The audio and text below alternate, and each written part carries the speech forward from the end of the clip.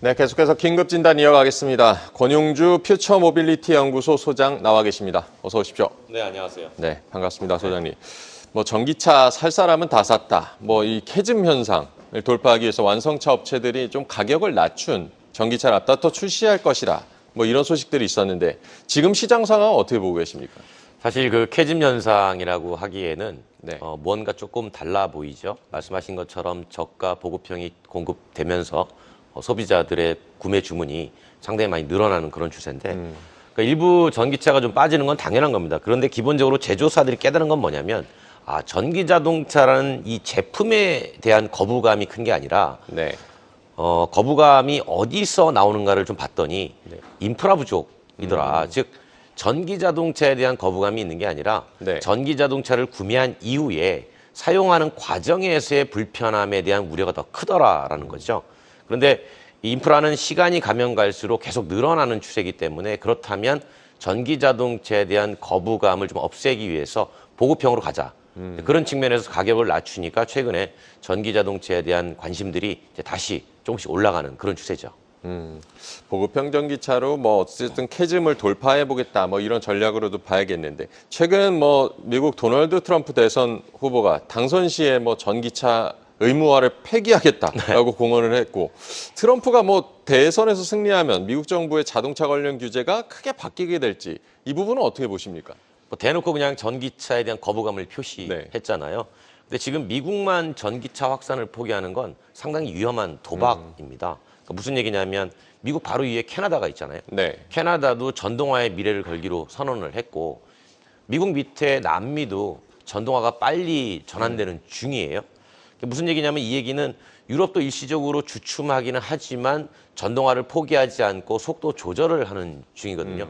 그러면 미국만 전기 자동차를 포기한다는 얘기는 미국만 계속 내연기관 하겠다는 얘기입니다. 네. 이 얘기는 전 세계가 다 전동화 하는데 미국만 안 하면 미국이 1년에 해외로 수출하는 완성차 대수가 대략 한 300만 대 됩니다. 우리보다 많거든요. 네. 그러니까 이 대수를 다 포기하겠다는 거냐.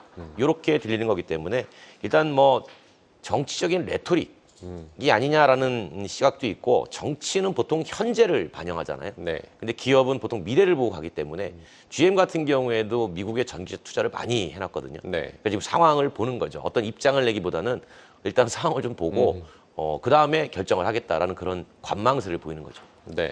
어쨌든 우리 시장에도 좀 충격을 줬고 미국의 전기차 포기 선언은 위험한 얘기다라고 짚어주셨습니다.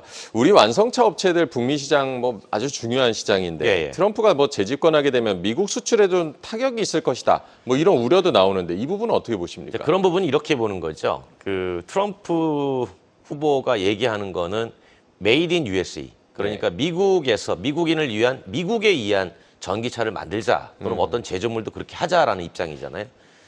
그렇게 되면은 미국 현지 생산으로 다 커버를 해야 될 텐데 다만 이제 그 중국산 배터리까지 제재를 가하게 되면 미국 내에서 전기차 생산도 어려워질 수 있습니다. 그건 우리뿐만이 아니라 테슬라도 어려워질 수 있거든요. 네. 그런 측면에서 아마도 이제 기업들의 대책은 내연기관이지만 내연기관에 조금 더 고효율적인 하이브리드 생산 쪽으로 좀 유연하게 대처하지 않을까 이제 그런 생각을 해보는 것이 결국 중요한 것이 멀티모달이라는 측면입니다. 그러니까 단순하게 전 세계가 어느 날 갑자기 아침에 눈 떴더니 다 전기차 세상이야. 그런 세상은 오지 않는다라는 거죠. 그렇다면은 특정 지역에서는 내연기관과 하이브리드 쪽에 치중을 하고 또 특정 지역에서는 플러그인 하이브리드와 배터리 전기차에 집중을 하는 그런 분산 전략이 상당히 유연하게 작용돼야 되지 않을까. 미국도 아마 우리나라도 그렇게 대응을 해야 되지 않을까라는 생각을 해보는 거죠. 네, 시장에 맞는 멀티모달이 중요하다, 분산 전략이 중요하다라고 조언을 해주셨고요.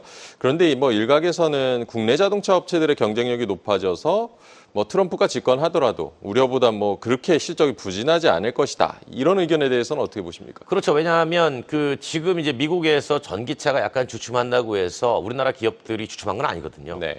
전기 자동차가 주춤한다는 건 하이브리드가 많이 판매가 된다는 얘기고 또 전기 자동차가 조금 빠지는 건 플러그인 하이브리드가 많이 판매가 된다는 얘기니까 네. 좀 전에 말씀드린 것처럼 여러 가지 파워트레인에 대한 전략을 가지고 좀 유연하게 대응을 하면 충분히 돌파가 가능합니다. 다만 현지 생산을 해야 될 텐데 그러면 우리나라에서 만들어져서 미국으로 나가는 수출 물량은 조금 타격을 받을 수가 있겠죠. 그러니까 결국은 기업 자체는 돈이 들어오니까 네. 금융 측면에서는 뭐 그래도 변동성이 없으나 다만 이제 국내의 일자리가 감소하는 측면 이런 측면은 뭐 어쩔 수 없는 산업민족 보호주의 때문에 감수를 해야 되겠죠. 네. 어쨌든 뭐 정치적인 이슈 때문에 지금 좀 시장 아직 방향을 잡지 못하는 상황이고 테슬라 같은 경우 실적 기대감으로 지난밤에 주가 5%대 좀 상승을 예. 했더라고요. 우리 시간으로 내일 새벽에 실적 나올 텐데 어떻게 전망하고 계십니까? 제가 뭐 주식 전문가가 아니어서 다만 이제 좋다 나쁘다를 떠나서 테슬라의 상반기 미국 판매가 22만 9천 대 정도 됐었거든요. 이게 시장 점유율이 42.8%입니다. 그런데 미국 내 전체 전기차 판매 대수하고 이 비중이 올해 상반기를 보면 전년 대비 증가했어요. 즉 상반기에 70만 8천 대 정도의 전기차가 판매가 됐는데 이 비중은 전체 판매 대수에서 약 한 9.1%거든요. 그러니까 전년에 8.7% 대비 올랐다는 겁니다. 물론 배터리 전기차는 거의 변동이 없습니다. 다만 플러그인 하이브리드가 35.7% 늘어서 나타난 현상인데 아마 이 플러그인 하이브리드의 증가는 결국은 배터리 전기차로 넘어가는 하나의 과정이기 때문에 네. BEV 즉 배터리 전기차가 앞으로도 증가할 가능성이 높다라고 보는 것이고요. 근데 중국에서는 판매가 좀 줄었죠.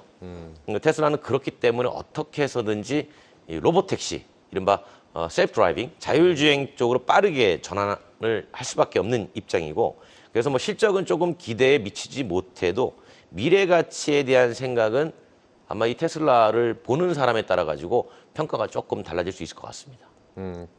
테슬라 당장 뭐 실적은 기대에 못 미쳐도 미래 가치를 좀 봐야 한다라고 조언을 해주셨고요.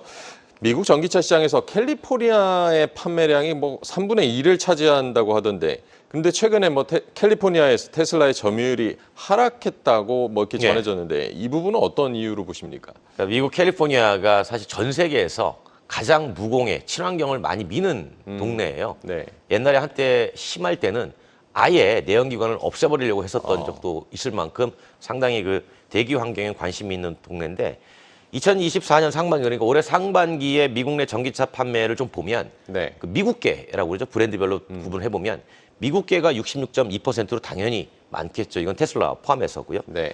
근데 0.5% 증가에 머물렀어요. 근데 한국계 그러니까 우리나라 쪽이죠. 우리나라는 46.4% 증가를 했습니다. 네. 일본계는 무려 80% 넘게 증가를 했어요. 그러니까 미국계도 증가했는데 왜 테슬라가 빠졌냐 이걸 보면 미국 내에서도 GM하고 포드가 점유율을 조금 늘렸습니다. 그렇기 때문에 캘리포니아 전체 자동차 시장에서 테슬라 점유율이 작년 2분기에 14.6%였는데 올해 2분기에 11.3%로 3.3%포인트 낮아졌다는 얘기예요. 근데 캘리포니아가 올해 상반기 미국 전체 전기차 판매 이제 3분의 1을 차지할 정도로 말씀하신 것처럼 미국에서 아주 큰 시장인데 네. 지난 2분기에 캘리포니아에 등록된 테슬라 신차 대수가 약 한 5만 2천 대 정도 됩니다. 이게 테슬라의 전 세계 인도량이 약 한 12%를 차지하는데 이게 결국은 캘리포니아라는 이 친환경 도시에 대해서 일본 그리고 이제 한국의 전기차 공략이 상당히 거셌고 그 거센 공격 속에 결국은 테슬라도 점유율이 조금 떨어질 수밖에 없었다. 이렇게 보는 거죠. 네, 미국 전기차 시장에서 가장 활발한 캘리포니아에서 전기차 경쟁이 치열하다는 점, 그리고 그중에서도 한국과 일본 업체들의 이런 비중이 늘고 있다는 점까지 짚어주셨습니다. 테슬라가 올해 뭐 대규모 해고 소식이 들린 지 3개월 만에 네. 뭐 AI 그리고 뭐 로봇과 같은 미래 기술 분야의 신규 채용 소식도 들리고 있는데 이건 뭐 신사업 영역이라고 봐야 될지 앞으로 뭐 성장성을 어떻게 보십니까? 그러니까 이제 테슬라를 바라보는 두 시각이 팽팽한 게 뭐냐면 앨런 머스크 같은 경우에는 항상 얘기하는 게 테슬라는 자동차 기업이 아니라 미래 기업이다. 얘기를 하잖아요. 네. 그러니까 그 시각에 따라가는 한 부류가 있고 그럼에도 불구하고 너희들이 지금 당장 돈을 버는 건 이거 자동차 아니냐. 뭐 자동차로 봐야 된다라는 시각이 상당히 팽팽히 맞서 있는 거죠. 그러니까 테슬라는 전자 쪽으로 그러니까 우리는 자동차 기업이 아니야. 네. 우리는 미래의 IT 기업이야. 라는 쪽으로 이미지를 빨리 바꾸고자 하는 욕망이 생기겠죠. 그래서 이런 이미지를 빨리 바꿀 수 있는 게 결국은 셀프 드라이빙, 그 자율주행 로보택시 분야란 말이에요. 근데 왜냐면 테슬라가 지금 혼자서 전기차의 독주인 것 같지만 사실은 후발주자인 기존의 전통적인 내연기관 만들던 자동차 회사들이 전기차를 이제 조금씩 쏟아내고 있단 말이에요. 네. 그러니까 이걸 테슬라 관점에서 보면 경쟁자가 하나가 생긴 게 아니라 수많은 경쟁자가 동시에 발생을 한 겁니다. 이 얘기는 테슬라가 앞으로 자동차라는 측면에서 판매는 계속 위협을 받을 수밖에 없다라는 거죠.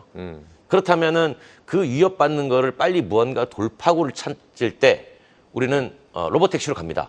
라고 하는 이미지가 상당히 중요하단 말이에요. 그래서 네. 이제 그쪽으로 계속 갈 가능성이 높다라고 보는 거죠. 테슬라의 미래 IT 기업으로의 이미지 전환, 뭐 로보택시 사업의 성장도 좀 눈여겨봐야겠습니다. 현대차가 올해 하반기 첫 대형 전기 SUV도 공개할 계획이라고 하고요. 북미 쪽에서 여러 가지 전략 모델 선보일 텐데 현대차의 북미 시장에서의 전망은 어떻게 보십니까? 그러니까 북미 같은 경우는 잘 아시겠지만 SUV의 나라입니다.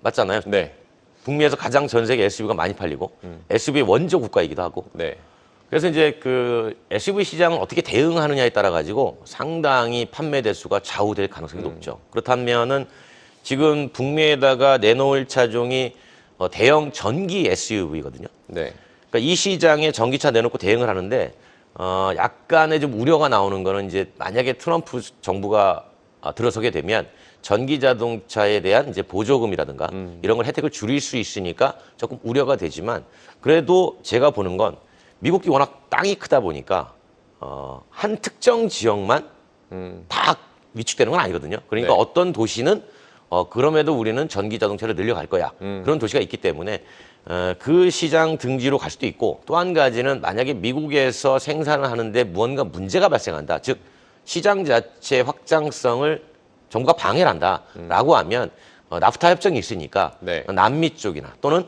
캐나다 쪽으로 수출도 충분히 할 수 있다라고 봅니다. 그러니까 그런 측면에서 북미의 가장 주력 시장인 대형 SUV 시장의 전동화로 대응하는 것은 나름대로 상당히 그 좋은 전략이 아닐까. 즉 미래를 앞선 전략이다라고 저는 그렇게 봅니다. 현대차의 대형 전기 SUV 공개도 눈여겨봐야겠습니다. 기아 같은 경우는 전기차 대중화를 위한 상징적인 모델 EV3를 이번에 내놨는데 예. 일단 국내 관심 굉장히 뜨거운 것 같은데 EV3의 경쟁력을 어떻게 보십니까? 그러니까 이제 눈여겨볼 거는 두 가지예요.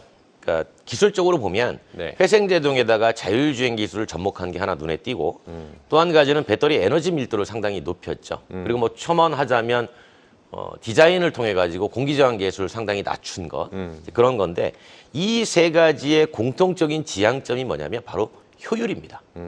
여기서 효율이라고 하는 것은 한 번 충전해 가지고 얼마나 멀리 가느냐. 네. 즉 1회 충전 가능 주행 거리를 얘기할 텐데 가속 페달에서 발을 떼면 앞서가는 차하고 지금은 이제 거리를 조절한단 말이에요. 네. 그때 내비게이션하고 연동을 시켜가지고 제동을 하면서 동시에 발전을 합니다. 그럼 조금이라도 전기를 끌어모을 수가 있겠죠. 그 전기를 가지고 다시 주행을 하게 돼서 결국은 그 주행거리가 지금 501km까지 롱레인지 기준으로 얘기를 하는 건데 우리나라 소비자들에게 리서치를 해보면 한 번 충전해서 전기차 얼마나 가는 게 가장 좋습니까? 라고 물어보면 대부분 다 450 정도 얘기합니다. 네. 그 이유가 서울에서 부산 기준이에요. 네. 그래서 그 기준이 450이니까 보통 450을 넘어가면 주행거리에 대한 불안감이 떨어지는 거죠. 네. 주행거리에 대한 불안감이 떨어진다는 거는 이제 내가 전기차를 사서 불안감이 없겠구나라는 생각이 든다라는 거죠.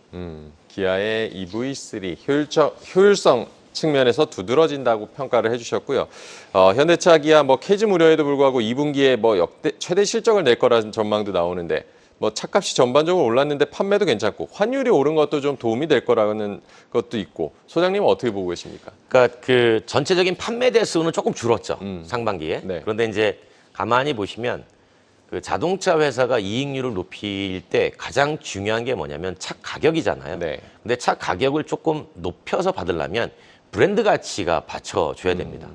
그러니까 우리가 보통 어떤 차를 살 때 단순히 자동차를 사는 게 아니라 그 브랜드를 소비하고 또는 소유함으로써 만족감을 느끼는 게 크단 말이에요.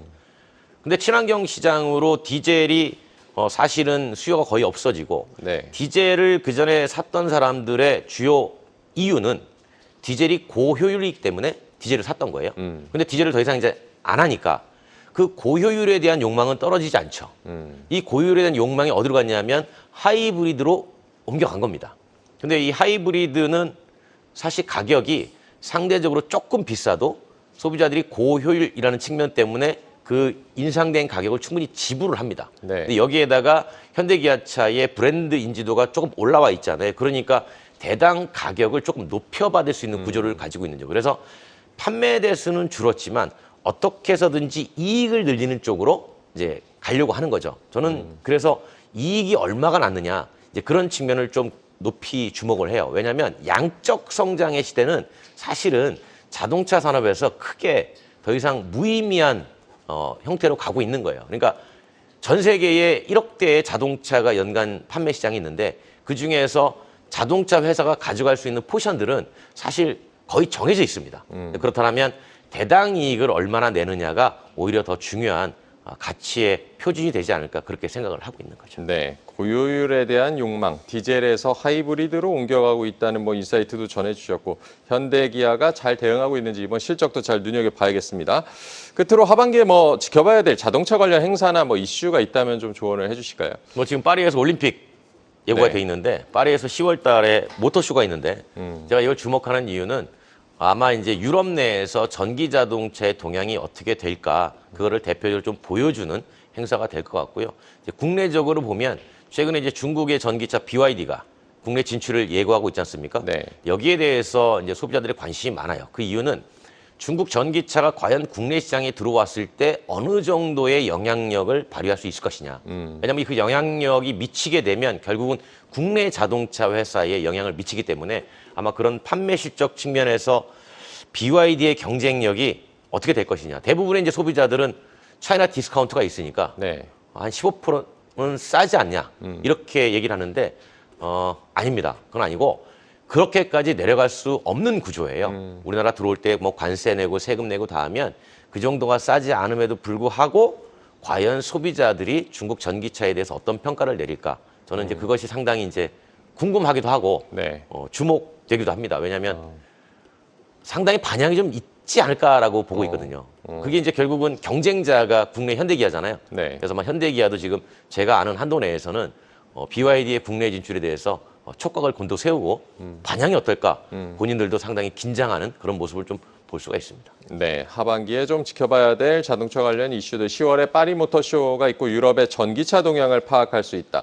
그리고 중국 BYD의 국내 상륙 경쟁력을 눈여겨보자. 국내 소비자들의 반응을 주목해서 보자라고 짚어주셨습니다. 오늘 퓨처 모빌리티 연구소의 권용주 소장과 얘기 나눠봤습니다. 고맙습니다. 고맙습니다. 계속해서 다양한 경제 이슈를 알고 싶다면 구독과 좋아요, 알림 설정 부탁드립니다. AI 캐스터 권미정이었습니다.